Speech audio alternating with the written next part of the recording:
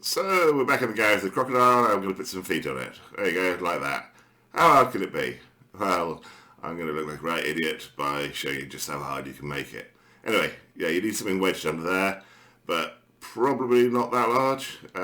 Let's see what happens now then. First of all, let's try and record where this is next going to go. Yeah, draw. That's an exercise bike in the background. Oh, you fat fucker. Use that more than the crocodiles. Anyway, yeah, sorry. Mark the leg out, because I'm sure that'll help you in some way or form. So get the tape out to measure the gap under the leg, because you're going to have to put something in there. Actually, trying to measure inside the leg's not as easy as it seems. Anyway, let's assume we can do that then.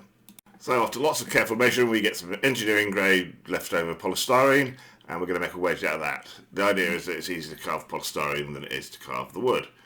Here's a bit of speedy cam as I carve the polystyrene. It's dead exciting, I assure you, and we will end up with a wedge.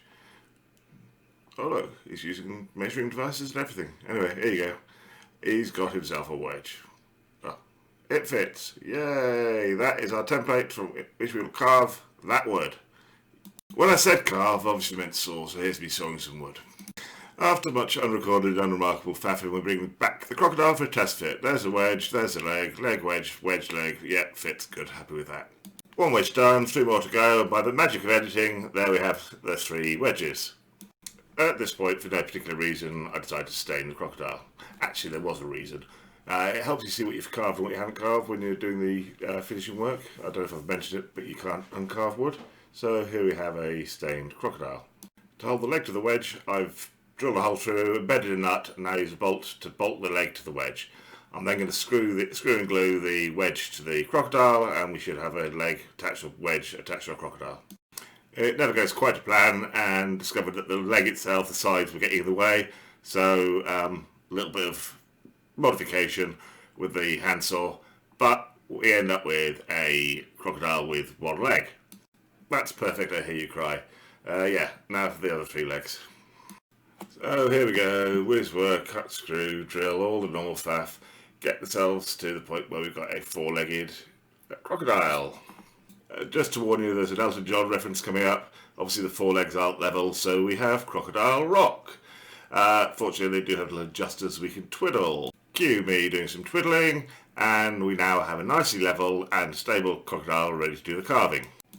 Dry day in autumn, so we take it outside for the carving, saves all the dust going everywhere. Let's see, use my favourite wood carving bit onto the angle grinder. Remember, this is aimed for a kid's bench, so we really want to make sure it looks like a crocodile rather than has all the big knobbles and everything. As you can see, working away gently, just rounding off the edges a bit, and hopefully you can also see how that stain is helping me. It shows where I have carved, where I haven't, just generally makes it easier for me. As I said, I want to make sure this is actually comfortable for the kids, so when I'm doing the markings on the back, it's just going to be a shallow groove. I don't want something that's going to be painful to sit on. Couple of lines, fill in the middle, tidy up the nose a bit, and we're there. So, at the end of that, put it onto the patio, and there we have the croc. Like, subscribe, click stuff, and I'll make more of this rubbish later. Thank you.